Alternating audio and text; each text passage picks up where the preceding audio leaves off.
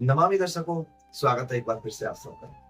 दोस्तों, आगरा का नाम सुनते ही हम सबके मन में कुछ चीजें आती हैं। सबसे पहला आता है आगरा का ताजमहल, और दूसरा आता है जिसके लिए आगरा प्रसिद्ध है, आगरा की वजह से वो प्रसिद्ध है, जिसका नाम है पेठा, एक तरह की मिठाई।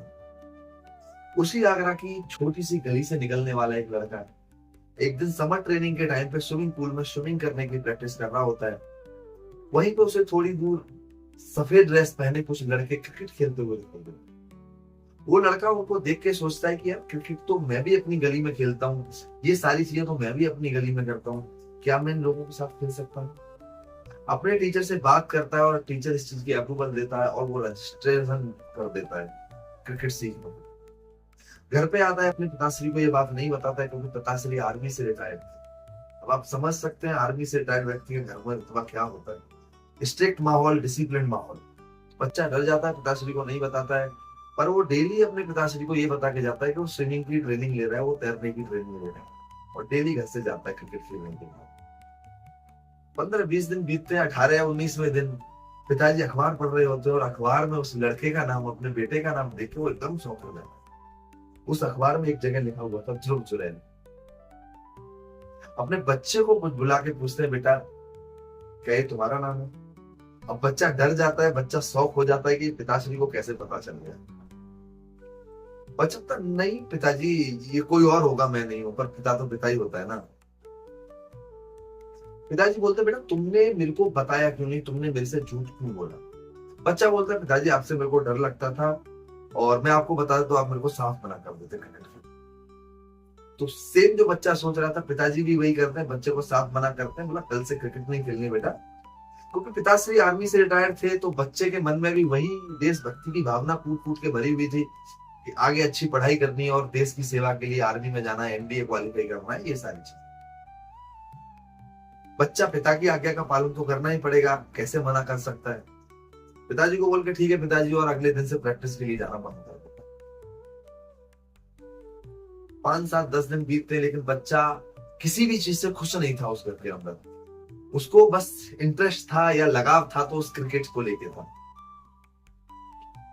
पिताश्री और माताश्री जब बच्चे की ये चीजें देखती हैं तो माताश्री को ज्यादा प्रॉब्लम होती है, क्योंकि अपने बच्चे से प्यार जो माँ का होता है वो पिता शायद थोड़े कठोर होते हैं, वो नहीं समझ सकते इसको। तो माताश्री पिताश्री को समझाती है कि देखिए बच्चा बहुत परेशान रह रहा है, इसको क्रिकेट खेलने दीजिए और जो वो चाहता है इसको करने दीजिए। बात होती है फिर ध्रुव जुरैल और उनके पिताश्री की, और अंततः यही डिसीजन निकलता है कि वो क्रिकेट खेलेंगे। ध्रुव जुरैल जाना शुरू कर देते हैं क्रिकेट खेलने के लिए।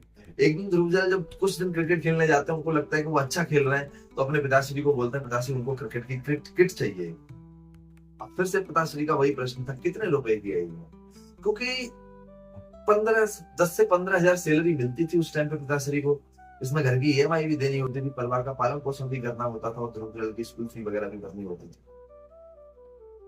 तो बच्चा बोलता है कि पिताजी 8 हजार रुपए तक की आ जाएगी, नॉर्मल थोड़ी ठीक ठाक। इतनी बात सुनते ही पिताजी का फिर से वही सीन था कि क्रिकेट छोड़िए, पढ़ाई करिए, हमारे पास इतना पैसा नहीं है तुम्हारे ऊपर लगाने के लिए। बच्चा बड़ा टेंशन में हो जाता है, पर कोई दिक्कत नहीं। एक दिन बीता है, 2 दिन बीतता है, बच्चा एकदम नाराज होता है। बच्चे के मन में पता नहीं क्या होता है, क्या आता है, अब एकदम से बोलता है अपने पिताजी को और माता जी को, अगर आप मेरे लिए आज शाम तक किट लेके नहीं आए तो मैं घर छोड़ के भागूंगा। माता पिता का अकेला लड़का तो है। ये चीज जब बोलता है तो पिता थोड़े कठोर होते हैं, पिता को ज्यादा फर्क नहीं पड़ता, लेकिन माँ को इस चीज से बहुत ज्यादा फर्क पड़ता है। और माँ के पास एक सोने की जंजीर थी, सिर्फ और सिर्फ इकलौती सोने की जंजीर। पिताजी के हाथ में पकड़ाते और बोलती है जो बच्चा कह रहा वो करिए, मैं बच्चे को खोना नहीं चाहती, हमारे एक ही बच्चे। पिताश्री जाते हैं, बच्चे के लिए किट लेके आते हैं, बच्चा किट ले लेता है, लेकिन उस बच्चे को ये रियलाइज नहीं होता है, ये उस समय को, उस बचपन में ये फील नहीं कर पाता है कि उसकी माँ ने उसके लिए कितना बड़ा त्याग किया। बच्चा क्रिकेट खेलना शुरू कर देता है। आगरा में रहते हुए बच्चा अंडर 14 और अंडर 16 क्रिकेट खेलता है, और अंडर 19। अब क्रिकेट सीखने के लिए उसको आगे जाना था, नई चीजें सीखनी थी। तो वो डिस्कस करता है अपने पिताश्री से कि उसको नोएडा शिफ्ट होना पड़ेगा आगे के क्रिकेट की ट्रेनिंग के लिए। अब ये बात पिताजी जब उसके सुनते हैं तो पिताजी बोलते हैं बेटा इतना खर्चा कैसे हम वहां कर पाएंगे, नोएडा में रहना है और खाना पीना, और जो आर्मी में लोग रहते हैं वो थोड़ा हेल्थ से रिलेटेड बहुत वो सीरियस रहते हैं, हेल्थ उनको अच्छी चाहिए। वो बोलते हैं वहां पे खाना पीना कैसा मिलेगा, क्या मिलेगा। ध्रुव जल समझाते हैं अपने पिताश्री को और फाइनली डिस्कस हो जाता है और पिताश्री भी सोच लेते हैं उनके कि एक ही लड़का है और आर्या पार जो भी पैसा है कर्ज लेते हैं वो बोलते हैं कि अब पूरा लगा देना लड़के पे, क्योंकि क्रिकेट देख के वो भी ध्रुव जल भी खुश थे। नोएडा में अपार्टमेंट ले लेते हैं, बच्चा खुश होता है, लेकिन ध्रुव जल के मन में एक ही चीज पल रही होती है कि अगर वो जिस क्लब में एडमिशन लेंगे, क्लब की तरफ से खेलेंगे, तो उस क्लब को फीस जब मांगी जाएगी तो वो कैसे, तो क्लब में वो एडमिशन ले चुके हैं, फीस की बात आएगी तो क्या होगा। पर कोई नहीं, क्रिकेट चलता है, आगे चलता है और वो 2 टूर्नामेंट खेलते हैं ध्रुव जल उस क्लब में रहते हुए, और दोनों टूर्नामेंट में वो मैन ऑफ द सीरीज रहते हैं। पूरी सीरीज में सबसे अच्छे रन बनाने वाले, सबसे अच्छा प्रदर्शन करने वाले। ये चीज जब उस क्लब के कोच देखते हैं, जो ओनर थे, वो बहुत खुश होते हैं और ध्रुव जल को सीधा बोलते हैं, बेटा तुम अपनी क्रिकेट पे फोकस करो, तुम्हें फीस नहीं देनी, फीस के बारे में तुम्हें बिल्कुल सोचना नहीं। और ये चीज ध्रुव जल को इतनी अच्छी लगती है कि वो उनके पिता कितनी मेहनत करके उनको जैसे तैसे नोएडा में रख रहे थे और ये चीज मिल गई कि फीस नहीं देनी, तो वो दिन रात मेहनत करना। ध्रुव जल ने अपने एक इंटरव्यू में बताया था कि वो पूरे दिन फील्ड में रहते थे, सिर्फ खाना खाने के लिए घर पे आते थे, ऐसी सिचुएशन।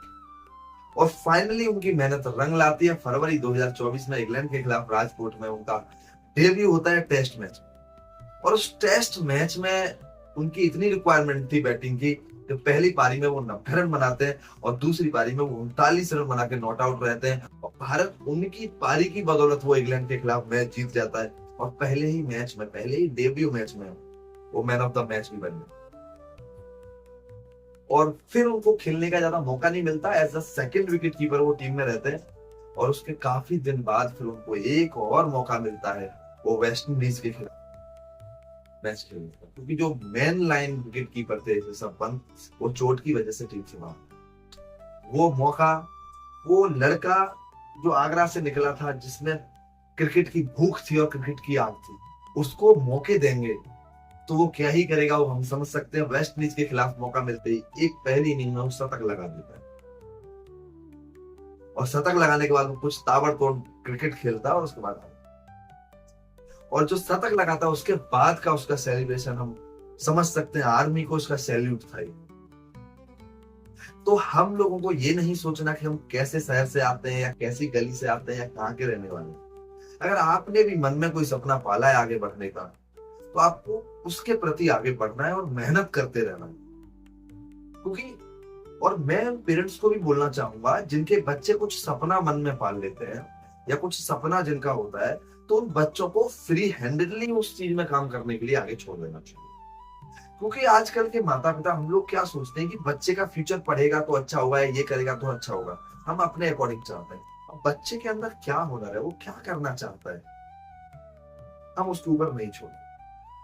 आप सोचने की कोशिश करिए, अगर बच्चा क्रिकेट खेलना चाहता है, बच्चा कुछ करना चाहता है जिंदगी में, और हमने उसको फ्री हैंडेडली छोड़ दिया, तो एक तो बच्चे के मेंटली ये भी थोड़ा सा प्रेशर रहेगा माइंड पे कि माता पिता ने उसको सपोर्ट किया है और उसने अपना पैशन चुना है, तो उसको बेस्ट करना पड़ेगा यहाँ पे।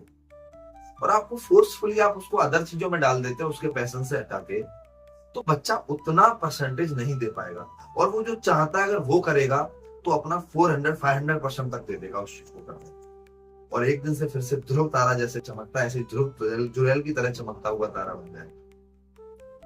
वीडियो अच्छी लगी तो वीडियो को लाइक करना, चैनल को सब्सक्राइब जरूर करना, और वीडियो को ज्यादा से ज्यादा लोगों के पास शेयर करना।